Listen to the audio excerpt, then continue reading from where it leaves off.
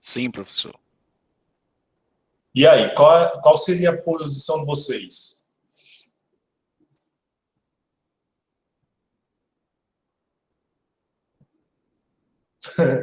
A tentação é grande, viu, professor? É verdade, eu também varia. Dependendo, e a gente, como diz o texto, que o argumento a favor da gente, né, justificar, dependendo da situação financeira da pessoa, né, que acha que pegou, que recebeu esse dinheiro, também conta, né? Eu acho que Pois conta. é. Do desespero da pessoa em relação ao dinheiro, né?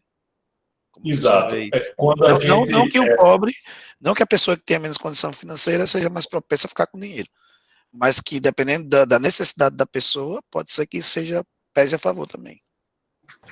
Mas uma pessoa, isso não impede que uma pessoa rica, que tenha muito dinheiro, também fique, né? Rouba é a taxa de juros que eles cobram da gente. Aí já vendo? começam Já justificou aí. Já estão a justificativa, exatamente. Professor? Oi, José Santos. Permita aí o colega até discordar um pouco dele aí na afirmação do mais humilde, né?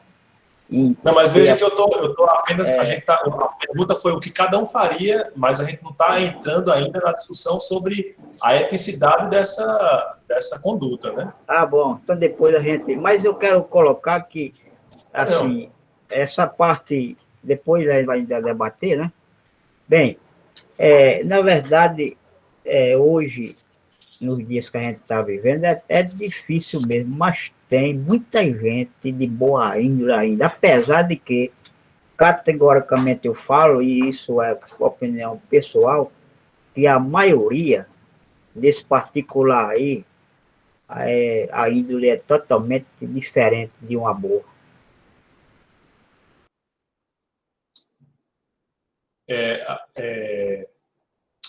Nessa questão, é como vocês têm colocado, perfeito o que você falou. A gente tem uma tendência de dar várias justificativas, principalmente se são justificativas favoráveis ao nosso interesse, né?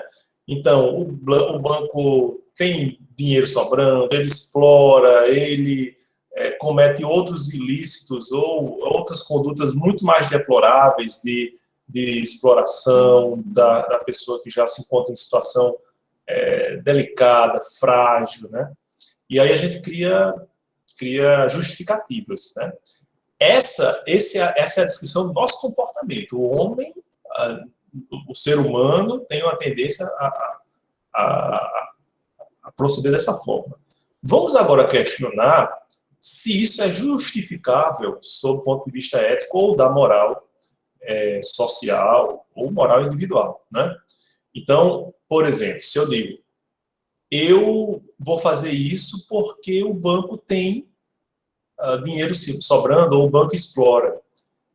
Aí a pergunta que eu poderia fazer é, então se justifica que eu furte algo de alguém que tem muito e que explora de forma descabida os seus empregados, né? Então, o dono de uma grande loja de departamentos que explora de forma absurda seus empregados, que tem um lucro estratosférico.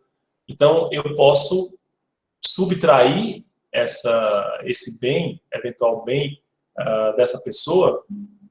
Então, aí já você pode dizer, olha, eu não queria mencionar esse sim ou não, né? Mas eu me lembrei dele também. Então, nessa situação, se justificaria essa conduta? Então, você pode dizer, não, mas aí você estaria tendo uma postura ativa. E não foi culpa sua o banco tá lá um erro, né, e dá uns zeros à direita a mais que vão lhe permitir ter uma conta bancária mais poupuda, né? Mas o fato de você se omitir diante da ciência do erro também é um ato que repercute no plano do comportamento, né? Então a sua inação também é valorada, certo? Vejam como é difícil a gente fazer uma avaliação, um julgamento daquilo que deve ser feito, né, do dever ser. E existe um livro escrito por um autor um livro, assim, acho que dos primeiros livros de autoajuda, né, de livros dessa ordem. Se bem que seria muito forçado dizer que se trata de um livro de autoajuda. Mas Dale Carnegie escreveu Como Fazer Amigos e Influenciar Pessoas. E nesse livro ele diz que os maiores criminosos da história, eles sempre tiveram justificativas para os seus delitos, né? Então é a luta contra a opressão, a luta contra a marginalização, marginalidade, né? Al Capone foi um deles, né? Que sob a capa de lutar contra a proibição da comercialização de bebidas, o que ele achava que era atentatório à liberdade, né, ao direito de liberdade do norte-americano, desenvolveu comercialização ilegal e fez fortuna a partir disso, né? Mas veja que os assassinos muitas vezes têm justificativa para o seu ato, né? Professor, o caso, por exemplo, de Lampião, o caso de Lampião, é bem emblemático. Exato. Que ele justifica as ações dele por lutar contra uma oligarquia, contra um governo que oprime, que gera pobreza e exclusão, que ele teve uma infância pobre, que foi, né, foi oprimido, né? Aí tem essa questão psicológica também, né? E aí isso serve muitas vezes, não é que sirva, mas as pessoas usam muito isso como justificativa. Aí a gente fica naquela, até que ponto, né, nós estamos lidando com a questão psicológica ou psiquiátrica, ou nós estamos lidando com a mera justificativa, né? Exato. E se a gente parar para pensar, várias obras desenvolvem esse mote, né? Será que se existir uma pessoa odiosa que está fazendo mal a muita gente, será que não vale a pena exterminar aquela pessoa? Esse é o mote, por exemplo, de Crime e Castigo, Dostoiévski, né? Então, é algo a se pensar, né? Mas vejam que essas escolhas ou essas justificativas terminam nos levando a um ponto que termina sendo insustentável a nossa conduta. E ela não se justifica mais, certo? Então, essa é a grande preocupação que a gente tem que ter nesses relaxamentos éticos, né? Porque pode descambar em uma adoção de comportamento insustentável, certo? Bom, professor? Pois não, Alisson. Oi, professor. Mas, professor, o lastro da moral e ética, ele não pode mudar, não, professor, durante o devido tempo? Porque, por exemplo, quando eu li a biografia do Steve Jobs, ele se gabava muito da Blue Box, né, que ele fez, que era uma caixa para roubar, basicamente, ligações telefônicas, para ligar de graça. E ele mostrava isso como um espírito empreendedor. E acredito que a grande maioria que se inspira nele no mundo corporativista, ele tem esse parâmetro. Ó, cara, se você for mais esperto, por que você não tem a liberdade de fazer? Porque você vai, como ele mesmo dizia, ficar preso a amarras de pessoas mais medíocres que você. Pois é, isso é uma forma de ver, né? De ver a ética do mercado, né? Então, a ética do mercado que muitas vezes é apontada como aquela que vai resolver todos os problemas da sociedade. Mas a sociedade está desse jeito desorganizada porque é a ética estatal, né? A ética do mercado resolve. Mas a ética do mercado muitas vezes é a ética da usurpação, da exploração sem limites. Professor, né? A questão da corrupção que é tão discutida hoje, né? O que a gente vê? Essas pessoas que já têm muito dinheiro para dar e vender para gerações e gerações, elas continuam querendo mais e tiram, né, deliberadamente do povo e essa questão toda. Aí eu penso como nossa sociedade se organizou sob a égide do capital, né, sob a égide do mercado, como o senhor está dizendo aí, como isso é incutido na cabeça das pessoas como o fato de querer mais, de ter mais, né? E isso gera uma certa moral que, não sei se eu estou me colocando corretamente, o colega falou aí perfeitamente, que gera uma moral como se certas atitudes fossem positivas dentro da lógica do mercado. Ser medíocre é ser correto, ser honesto, enquanto você agir de forma desonesta, de modo a conseguir status, dinheiro e poder, seria uma coisa aceitável dentro da lógica do mercado.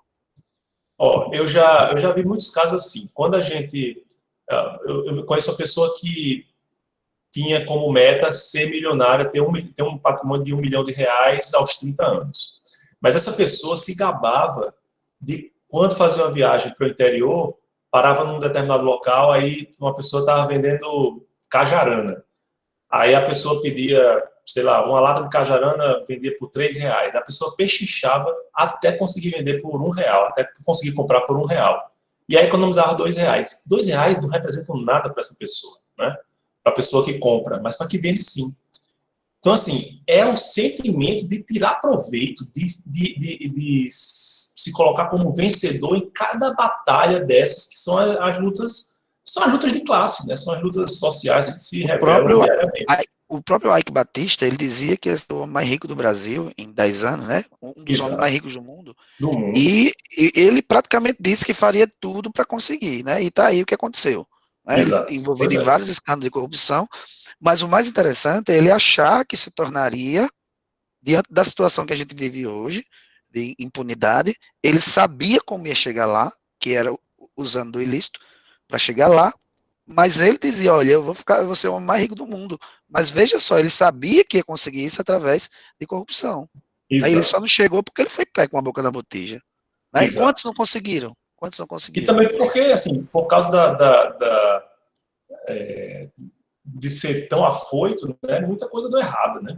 Professor, e o limite entre você agir licitamente para conseguir o que quer, assim, porque você pode agir licitamente para conseguir o que quer, mas nem sempre eticamente. Claro. Não é? Exato. Professor? Usa da ética e do ilícito. Pois não, Santos. Em algumas situações, até na aula passada, eu fiquei até na situação difícil para me colocar diante de algumas questões, aí até que o senhor ventilou, porque eu sou evangélico e a gente evangélico tem uma forma assim, diferente de ver muita coisa, né? Mas olha, é importante que você coloque de forma aberta, porque a gente também não é... Aqui a gente estimula o debate plural. Eu queria muito que houvesse participação de todos, né? E vou estimular bem essa pluralidade. Eu não estou aqui para impor um ponto de vista como correto, mas promover vocês as mais diversas possíveis compreensões do mundo. Mas eu não quis, assim, TV para não gerar alguma assim, situação. Mas, bem, nesse particular aí, da questão ética e moral, né? Há um termo que eu vou até expressar ele agora, ou seja, o que se vê é muita hipocrisia, realmente. É tanto do lado da moralidade quanto da ética, né? Isso é em vários segmentos, em várias pessoas, independente da sua crença, etc. Só que a gente tem que se conscientizar de que não adianta estar usando a linguagem bem figurada, bem simples, dando uma de sabido, para se dar melhor na vida ou em determinadas situações, né? Devia-se ter aquele regramento, realmente, de um cidadão que a gente olhasse para ele, aquele realmente é um cidadão de bem, é um homem honesto, enfim, nessa linha que eu vejo esse particular, né, no meu pequeno entendimento. Perfeito. Concordo com você. Professor. Pois não, João. É o seguinte, professor, a gente comentou muito sobre justamente essa resolução de conflitos éticos e tudo mais. Assim, ao meu ver, na ideologia, na linha de pensamento da qual eu faço parte, esse tipo de confronto é o que mais se adequa.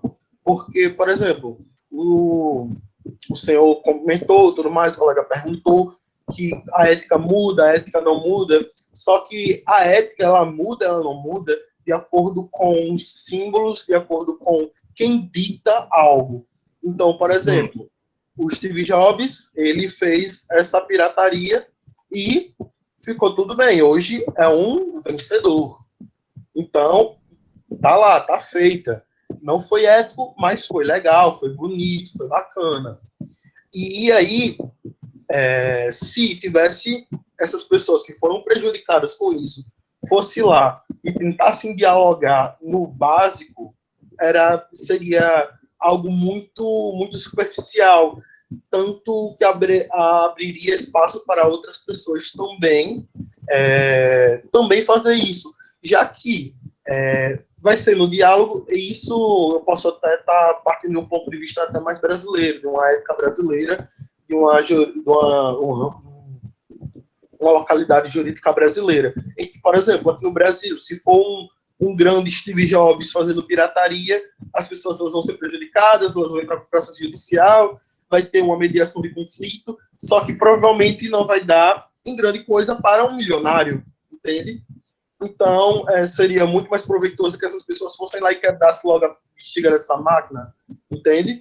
Por mais que não seja ético, mas é o confronto a esses termos, que a gente até coloca, né, o senhor comentou da moral e tudo mais, a questão do termo está na moral, mas é o confronto a esses termos que a gente gera algum tipo de mudança, pelo menos na nossa realidade brasileira. Perfeito. Vamos pegar o caso de Steve Jobs, a que você se referiu. Ele aponta como um empreendedorismo, né, essa pirataria. Como é que a Apple encara a concorrência da China, que muitas vezes imita os telefones celulares da própria Apple? Como empreendedorismo? Será? Ou como a usurpação dos direitos da propriedade, as patentes próprias da empresa? Bom, se ele encarar como empreendedorismo, acho que a postura dele está coerente. Mas se houver uma repulsa, o empreendedorismo só vale quando é para benefício próprio. É justamente aquilo que Bagini deixa transparecer nessa discussão, né? A gente termina encontrando justificativas para as nossas posturas, mesmo elas sendo detestáveis, odiosas, porque elas nos beneficiam. Quando a gente se coloca no lado da vítima ou daquela pessoa prejudicada, aí já muda de figura. Eu vi aqui no chat uma discussão bem desenvolvida, né, sobre a própria questão jurídica, né, em relação ao banco.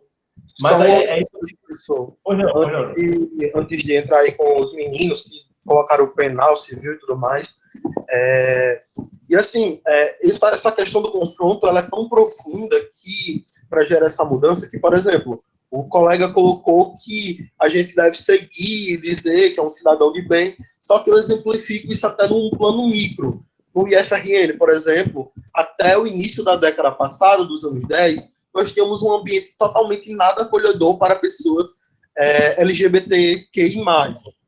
E aí, o que mudou isso foram duas meninas na escola, se beijaram e houve todo um apelo de professores, de servidores contra aquilo. Então, dando início, com esse confronto, deu início a esse debate, onde hoje o ambiente se coloca totalmente mais acolhedor. Então, se a gente for seguir à risca todas as normas que a sociedade impõe hoje, a gente vai baixar a cabeça para algumas injustiças. Então, é por isso que se faz necessário esse confronto ético a essas normativas sociais. Perfeito, concordo plenamente. Professor, excelente. Pois não. Permita perguntar ao colega aí quais normas a sociedade impõe, porque até onde eu sei, como a gente está tratando o campo jurídico aqui, né? Mas a gente nem chegou ainda no campo jurídico, não. Estava falando só de moral e ética, por enquanto. Professor, só colocando, para concluir aqui, eu vi agora domingo, no Fantástico, uma reportagem, onde houve, enfim, a nível nacional, aquela coisa toda, só que quando a escola foi justificar a sua parte, né, no sentido da acusação que fora feita, ela foi realmente padrão no que diz respeito a dizer que não era contra aquela conduta do moço, né, tanto uma escola quanto outra, mas era que nas horas de vagas tinha toda assim, uma coisa mais, digamos assim, ele punha muito para fora aquilo que, na verdade, é hoje o Brasil o país que é reconhecido isso, e cada um tem o seu livre direito de escolha, mas também há os limites, né? Então, o que eu vejo nesse particular são justamente os excessos que acabam por prejudicar a própria pessoa. É tanto que a mãe ou o pai pediu a indenização e o juiz oficialmente negou na hora. Depende, se você está usando botar para fora em sentido figurado, tá ok, né? Porque realmente, se for literalmente, já existe um extravasamento, né? Na brincadeira à parte, o que a gente está discutindo, na verdade, nesse ponto, é que, indubitavelmente, o direito recebe influência da moral, existem alguns pontos de toque. A gente vai falar sobre essa questão agora, mas antes eu queria ver aqui com vocês uma discussão interessante que está aqui no chat, né? Se a gente observar aqui, ó, já estão discutindo aqui, não sei se aparece para vocês o chat aqui do lado, né? Na gravação não sei como é que vai ficar isso, mas enfim. Vocês estavam verificando se seria um crime não devolver o dinheiro, outros vão dizer que seria estelionato, aí alguns vão falar sobre um artigo do Código Civil que fala sobre isso, pagamento indevido, né? E assim por diante. Vejam que eu não estou nem preocupado ainda em falar da tipificação dessa conduta.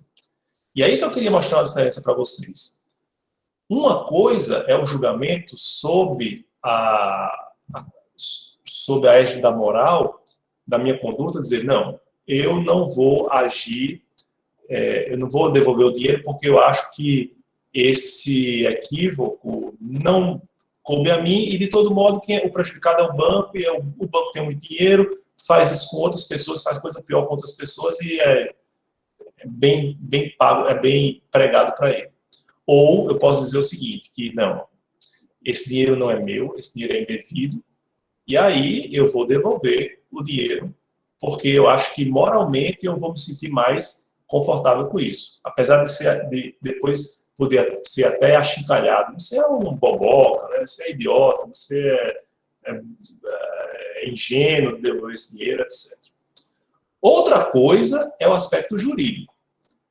Veja que no exemplo dado no livro, o registro do banco foi apesar de ter recebido 10 mil, né, se não me engano, 10 mil, exato, 10 mil, o registro foi de 100. Então, é quase como um crime perfeito. Não há registro nenhum de que você recebeu mais dinheiro do que o registrado no banco. Então, sendo um crime perfeito, provavelmente, juridicamente, não haveria nenhuma repercussão, né? E é por isso que a gente precisa distinguir o direito da moral.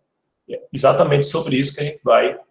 As câmeras, ok, já está colocando aqui, já tem a índole de investigador, né? Tem as câmeras do banco que podem denunciar aí que ele recebeu algumas notas a mais, certo?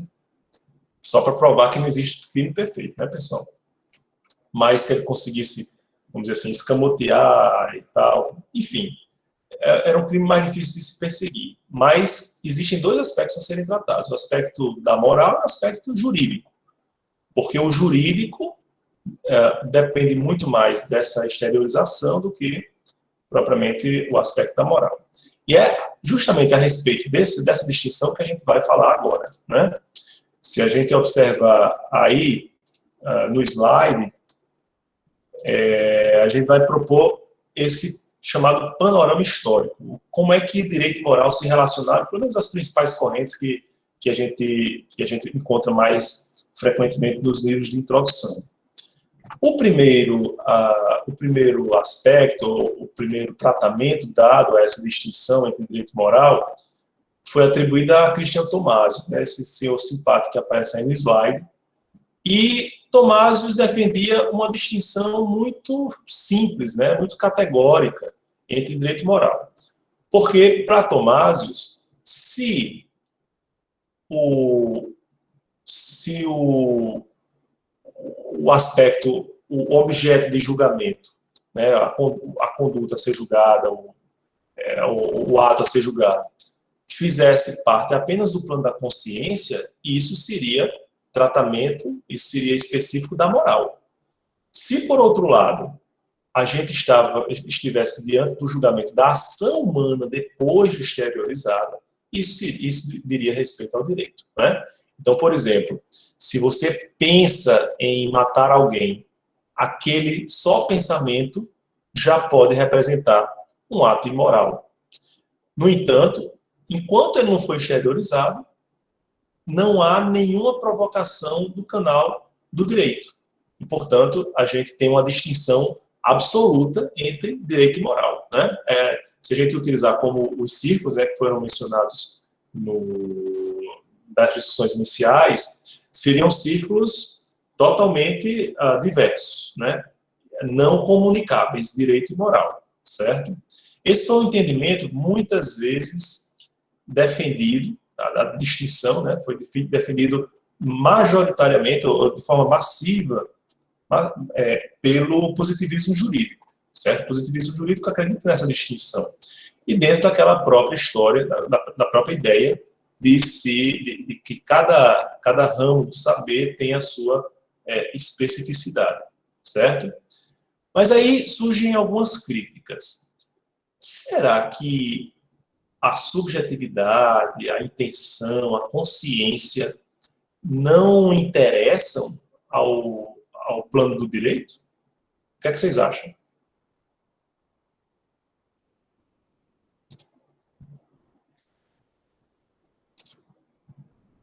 Interessa. Maria está dizendo que interessa. Põe não, Maria. Professor. Interessa tanto que o próprio código, né, define os danos morais. Esses danos de natureza moral são subjetivos, ligados à personalidade, à dignidade da pessoa humana e tudo mais. Perfeito. Além do que, se a gente tratar do direito sancionatório, vamos falar do direito penal de forma mais específica. Há uma distinção entre crime doloso e culposo. Então, o próprio Código Penal já diferencia o dolo, ou seja, a intenção de cometer aquele comportamento, né, de praticar aquele delito, e a culpa, quando aquele delito é praticado, por exemplo, por imperícia, imprudência, né, falta de cuidado, né, negligência. Então há uma distinção aí no âmbito da subjetividade, certo? Mas aí, pois não, Júlio. Orlando Gomes, né, no seu livro Direitos Reais, sim, quando ele trata do flamo da posse, sim, ele faz uma explanação bem precisa a respeito dessa situação, da objetividade e da subjetividade. E trata, a questão da situação seguinte, da boa-fé e da má-fé. Ou seja, ele explica alguma coisa, que eu curioso, aí fico lendo alguma coisa, já me está adiante, aí estou colocando essa parte. Perfeito. Mas é assim, mas tem realmente uma influência muito grande mesmo. Existe esse interesse por parte do direito, né? Então, poderia se colocar essa como uma objeção à teoria de Thomasius de separação absoluta entre direito e moral. Mas também há uma justificativa, uma salvaguarda, uma salvação para esse entendimento. Quando se diz o seguinte, olha, a intenção, ela só é interessante, importante para o direito, quando ela é exteriorizada. A abordagem que o jurista faz da intenção é diferente, por exemplo, da abordagem que o psicólogo faz da intenção, ou mesmo do moralista, né, sobre a intenção. Se nós chegarmos à possibilidade futura de entrarmos na psique e conseguirmos extrair de forma objetiva as nossas intenções, essa possibilidade vai servir ao direito de maneira mais palpável. Mas enquanto isso não é possível, o que se verifica hoje é que, por exemplo, toda a abordagem psicológica, ela é construída num terreno muito movediço, né? Então, existem associações do que você pensa, né? Então, a própria interpretação dos sonhos, ela é muito criticada, porque as conclusões a que Freud chegou, muitas vezes, tem a sua cientificidade, inclusive, questionada, né? Essa imaginação desse louco, né? Não tem nenhum embasamento científico. A psicanálise ainda se coloca, muitas vezes, na berlinda, né? No âmbito da ciência, mas isso aí não é problema, porque a ciência do direito também é vítima dessa mesma desconfiança. Mas vejam, são coisas diversas. Como é que eu vou saber se alguém agiu com dolo? Eu vou entrar na cabeça da pessoa? Não, eu vou fazer essa inferência a partir do comportamento dela, né? No meu primeiro júri, como promotor, eu me coloquei num caso em que o acusado matou a companheira. E ele matou com um bastão, uma alavanca, né? Então, o apelido dele ficou, inclusive, Chico da Alavanca. E a alavanca é uma alavanca de ferro que é usada para cavar um buraco, né, no solo árido, né, do sertão. E essa alavanca é bastante, é pesada, é de ferro maciço. E como é que eu defendi? Por que é que eu defendi que houve o dolo, né, a intenção de matar, e não a forma de... Porque ele alegou legítima defesa, porque estava sendo agredido, ele alegou que ele, na verdade, quis só dar um susto nela, né, E como é que a gente afastou essas alegações? Porque não apenas ele deu um primeiro golpe na cabeça dela... O que eu achei na web. Não quero falar com você ainda, não. Esses vigias virtuais, eletrônicos, né, que nos colocam esses maus bocados. Mas como é que eu cheguei a essa conclusão? Exatamente, esse horário, né, ela sempre verifica. Eu acho que está se aproximando do fim da aula, ela está me dando o toque aqui, né? Como é que eu cheguei à conclusão de que se tratava de dolo, a intenção de matar? Porque ele não apenas deu um golpe na cabeça, como depois dela caída, ele continuou enfincando a alavanca na cabeça e em outras partes do corpo dela. Então, assim, para mim, a conclusão era muito clara de que houve a intenção de matar. E eu entrei no que ele pensava naquele momento do crime, não, mas de forma indireta apenas, a partir dos próprios atos, a partir da exteriorização. Portanto, a ideia de Tomásio não é todo translocada, né? Ela tem alguma justificativa, certo? Por outro lado, a gente vai imaginar também que, da mesma forma como o direito se preocupa com questões que se passam na interioridade ou no mundo das intenções, por exemplo, a prática também, a moral também, ela não se satisfaz apenas com a intenção, uma boa intenção, né? Até se diz que de boas intenções o inferno está cheio, porque não basta a boa intenção. Você diz, eu queria, é tão bom, eu queria tanto ajudar, eu posso ajudar, mas eu não vou ajudar não. Mas assim, como eu quis ajudar tal pessoa que está precisando, acho que já basta, né? Não, a moral também exige a prática condizente com essa intenção. Então, também não é exato dizer que a moral é totalmente alheia à prática, ao comportamento, porque esse comportamento também pode ser reflexo da própria moralidade, certo? Então, a gente tem esse primeiro entendimento de separação absoluta. Inclusive, o caminho usado mais modernamente por algumas teorias, a chamada autopoiese do direito, que vê o ilícito e o lícito como algo diverso do binário próprio da moral, que é o do moral e imoral. Vem também uma distinção entre esses dois sistemas sociais, mas de forma mais elaborada do que a que Tomásio desenvolveu, certo? Uma outra teoria que a gente vai observar foi a desenvolvida por Jelinek. Jelinek já defendia o que se chamava de teoria do mínimo ético, né? Então, para Jelinek, o direito representava apenas o mínimo de moral obrigatório para que a sociedade pudesse viver.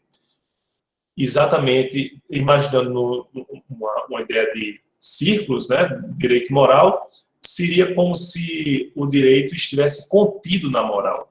Seria um núcleo duro, um núcleo que requeresse uma força maior a partir da própria garantia que é destinada ao direito, para que aqueles mandamentos éticos fossem observados. Então, por exemplo, exigir que a pessoa fosse, vamos dizer assim, cordial, aí estaria no âmbito da ética, ou no âmbito da moral, né? Portanto, de uma obrigação que não pudesse se garantir de forma categórica. Agora, exigir que você respeite a outra pessoa, ou exigir que você se abstenha de causar um mal àquela pessoa, isso aí estaria ali no núcleo da moralidade que iria requerer uma força contra essa desobediência. Entende? E aí é como se no círculo maior da moral tivesse um núcleo duro que representasse justamente o direito. Essa é uma teoria que é mais afeita às teorias clássicas do direito natural, né? Então, a gente tem um estado de natureza que nos determina o que fazer e o que não fazer, só que o direito vem para captar desse estado de natureza, dessas obrigações naturais, desses deveres naturais, aquilo que realmente interessa mais, importa mais pela sua gravidade, pela sua relevância como fator de manutenção da ordem social, e isso é tomado como jurídico, certo? Então, o direito, portanto, não é uma coisa diversa da moral. Ele está contido, ele é uma parte da moral que tem garantias mais efetivas, né? A teoria do mínimo ético termina concluindo que tudo que é jurídico é moral, mas nem tudo que é moral é jurídico, certo? Quais são as críticas que são geralmente colocadas a essa teoria? Primeira, a de que fora da moral existe também, fora do que é fora da moral existe o que é imoral e existe o que é amoral, né? Então, por exemplo, eu tenho normas jurídicas que são amorais. Por exemplo, a norma que define um prazo para recorrer, né? Então, o prazo de apelação é de 15 dias. Qual a moralidade que existe nisso? Você pode até comparar. Bom, um prazo de um recurso mais elaborado deve ser maior do que um de um menos elaborado, o que requer menos tempo, que se contrapõe a uma decisão ou um ato judicial menos complexo. Mas a definição de ser 15, ou 14, ou 13, ou 20, ou 30, isso não requer necessariamente uma análise moral, certo? E, no entanto, é jurídico. Então, essa teoria estaria furada porque estaria contida no direito, mas não estaria contida na moral, certo? E, obviamente, a gente se depara com normas jurídicas que são também imorais, né? Se a gente tratar da moralidade como algo próprio de categorias dentro de uma sociedade plural, por exemplo,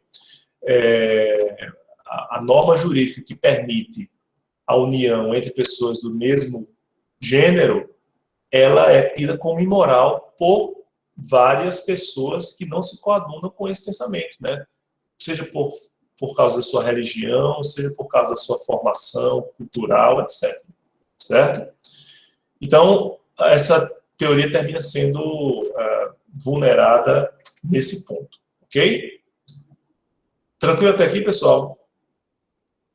E a gente tem também a teoria da complementaridade, né? Esse senhorzinho aí, Roberto Alex, que está acompanhando aí, faço até homenagem também à minha esposa, que está fazendo aniversário hoje, né? Essa foto que a gente tirou numa palestra com o Robert Alex, né, que teve esse privilégio. Ele defende que a moral, na verdade, serve como um parâmetro de correção do direito. O direito vai servir, via de regra, como algo autônomo da moral. Não vai precisar da moral, né? Vai prescindir da moral via de regra.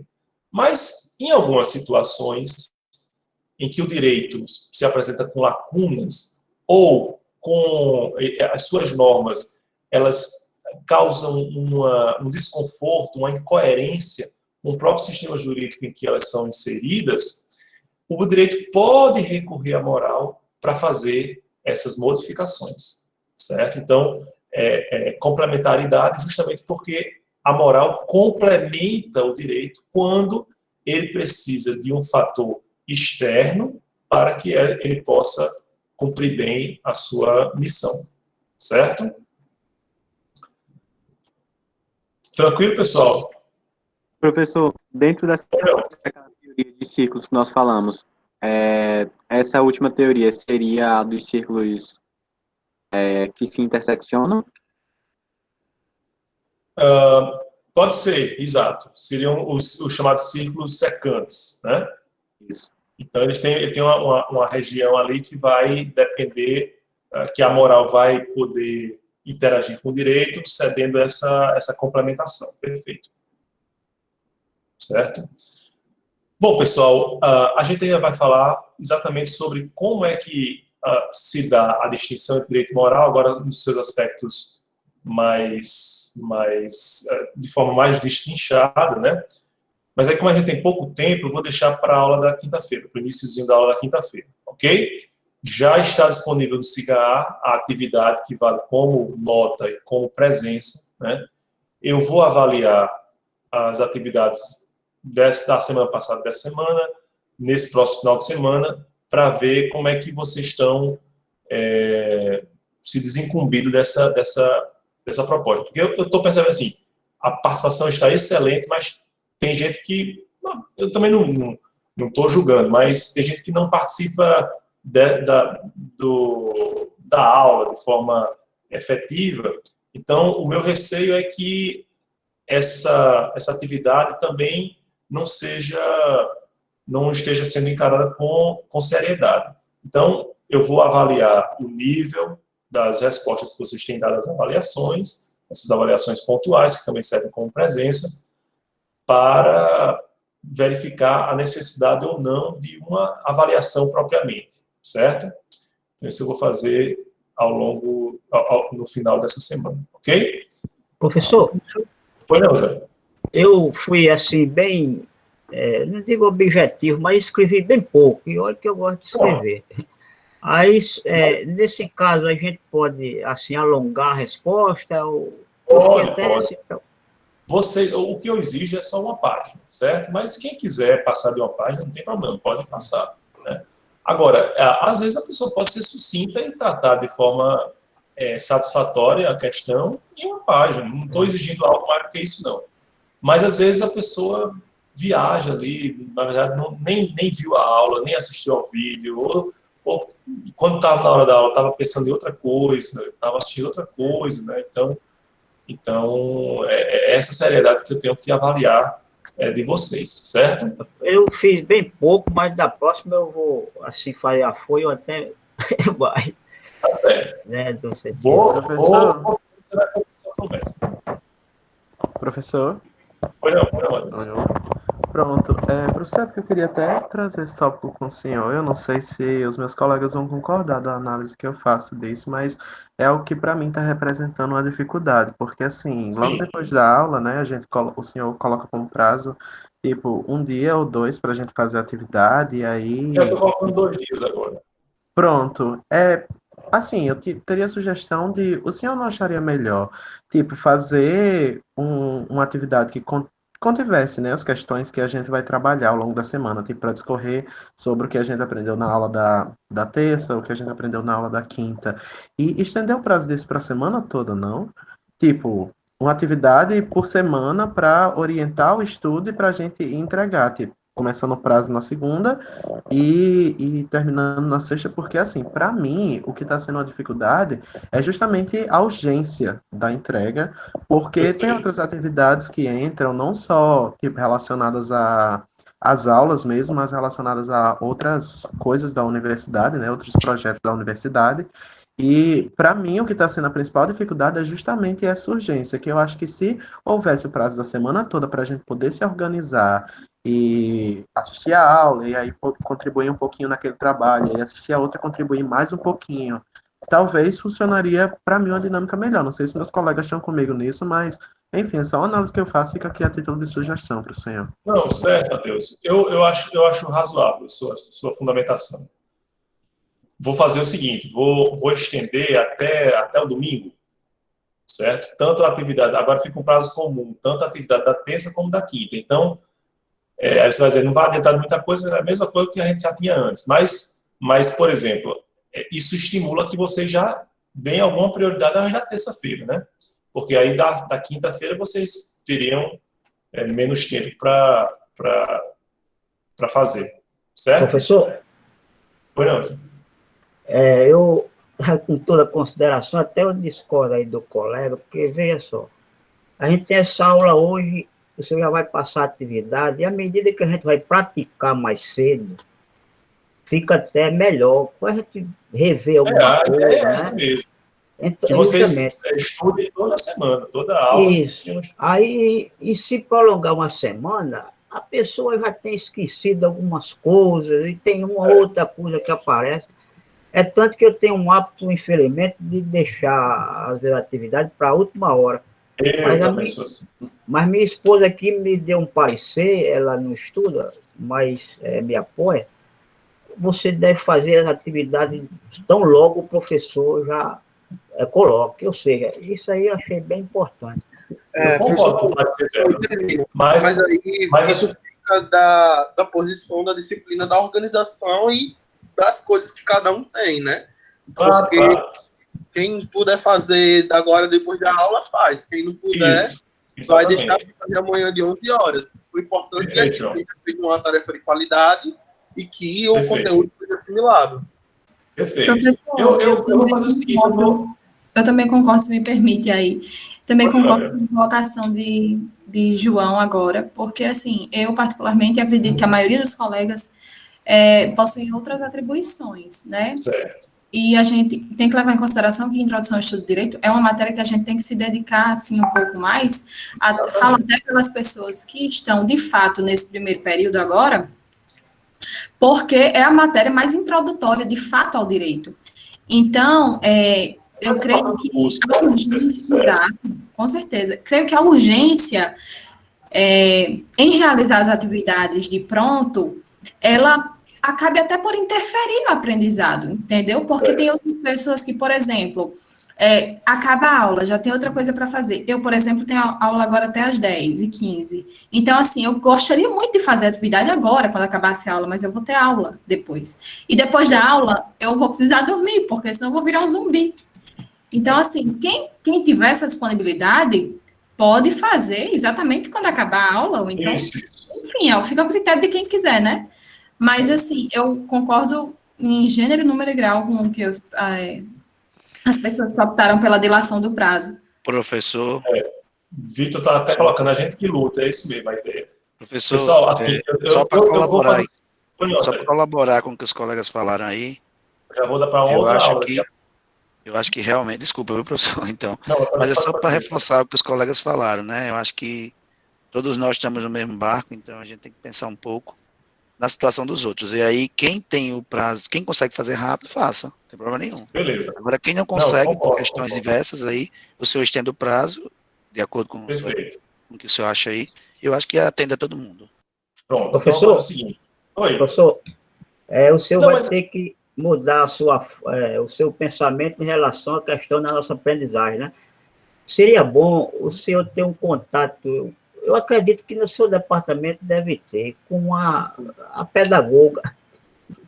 Não tem mesmo, não, isso. O pedagogo sou eu aqui, rapaz. Porque... eu faço na tentativa, experiência tentativa aqui. Porque, na verdade, é o seguinte, claro, bem menos elevado, mas a gente que é professor, que tem uma experiência nessa situação, com toda a consideração aos colegas, eu sou aluno também, aqui eu sou aluno, mas o professor não se deve deixar levar por comodidade de um ou outro em relação a atender a sua própria necessidade, não, né? Se a gente está aqui e matriculou-se em, como por exemplo, eu estou matriculado em 8 disciplinas, eu sei da responsabilidade, então a gente tem que, porque eu vou dizer uma coisa, eu fiquei aperreado e eu até vou perguntar ao senhor, o tutor dá aula também? O monitor? Professor Morton. Não, eu estou dizendo, ele dá aula também? Vai dar aula? O monitor, ele só pode dar aula, assim, ele pode fazer alguma exposição com a minha presença. Mas o senhor...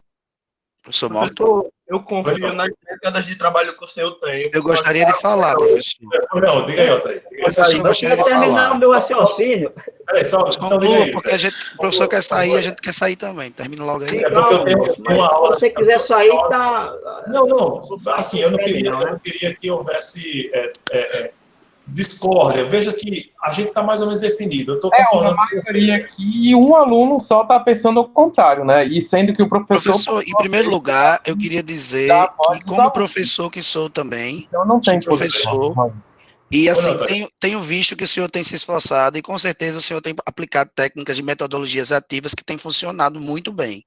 Os alunos estão muito interessados, interagindo com o senhor, então acredito que está funcionando e o senhor não precisa de pedagogo, não. O senhor já é professor há muito tempo.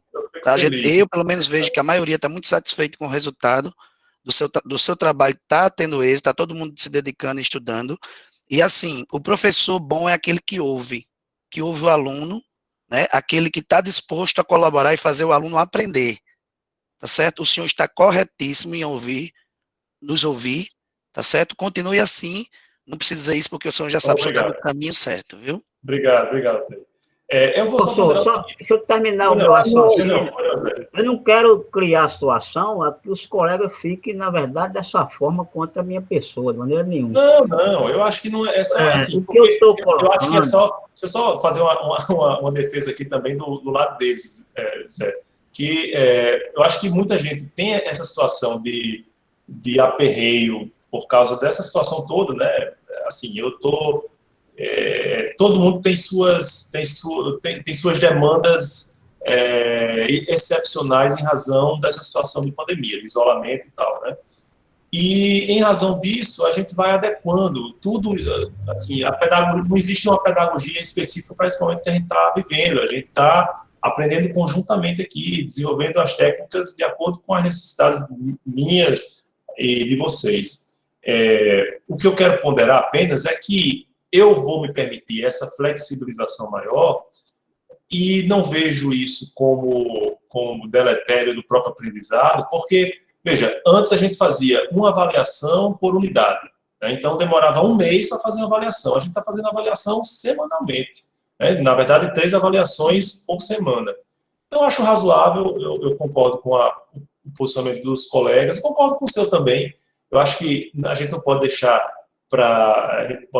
muito tempo em aberto, porque iriam aparecer aqueles que iam fazer de última hora mesmo, como eu tinha o mau hábito também de fazer, certo? Então, Pois não, Zé. É o seguinte, depois o senhor, como eu não conheço, eu acho que o senhor já conhece aí muitos desses alunos, deu um parecer aí a essa pessoa que disse que eu estou criando tumulto desde a primeira aula, desde as primeiras aulas, né? Eu sou um aluno comprometido com o estudo, com a educação, sou educador há quase 30 anos e tenho as minhas reservas, né? Não, claro. Eu acho que o que deve prevalecer aqui é o respeito, inclusive, de vocês. aqui ninguém respeitando ninguém, né? Não estou. Eu tenho minha debate posição. ideias. Debate Tem ideias. algumas coisas que eu tenho minha reserva, como, por exemplo, um professor botou um monitor para dar aula e ele se perdeu para mim de uma forma grande e ele não teve intervenção nenhuma. Ou Sim. seja, isso são coisas que eu até pensei de procurar o próprio reitor da universidade, no sentido de expressar até isso, essas coisas, no objetivo até de ajudar. Né? Claro, Então, o senhor depois procure saber aí pelo chat quem foi o colega, para tentar dar aí ele ter mais prudência, né, no que fala. Como eu digo, a gente está aprendendo, né? Então, geralmente, a gente tem uma espontaneidade maior, às vezes expressa algo que, de uma forma errada, não é errada, uma forma excessiva, né? Então, o que o chat permite, às vezes a gente não vê a tonalidade da voz, é diferente de se a gente tivesse em sala de aula, sem dúvida alguma. Né? Então, vez por outra, a gente vai cometer esses excessos aqui. Né? Então, agora, o que eu quero deixar claro é que esse nosso encontro é um diálogo, certo? Então, eu não estou aqui para me colocar como o detentor do saber e do conhecimento, tanto que permito e estimulo que vocês participem, né? Inclusive sob as mais diversas opiniões, porque isso enriquece nosso debate. Né? Então, eu quero isso. E esse debate sobre uma coisa pequena, né, terminou sendo mais caloroso do que os debates do conteúdo da disciplina, só mostram como é importante a gente dialogar de forma respeitosa, de forma a se colocar no lugar do outro, né? A empatia, como foi referido aqui no chat, certo? Então, eu acho que eu queria deixar aqui, terminar esse encontro, mas sob a marca da pacificação, né? Então, a gente está aqui num processo de ensino-aprendizagem em que existe uma horizontalidade, né? Então, o que eu pretendo é que não exista um detentor do saber, nem muito menos que eu seja esse detentor do saber, mas que entre vocês também haja uma harmonia, certo? Por mais que haja divergência de ideias, que essa divergência seja respeitada e que a gente chegue a uma conclusão a mais satisfatória, certo? Ok, pessoal? Muito obrigado pela participação hoje, tão efusiva, né? E aí a gente se reencontra na próxima quinta-feira, ok? E tá tudo gravado, viu? Esse debate todo aqui. Tudo foi YouTube. Boa noite, Um abraço a todos, boa noite, viu?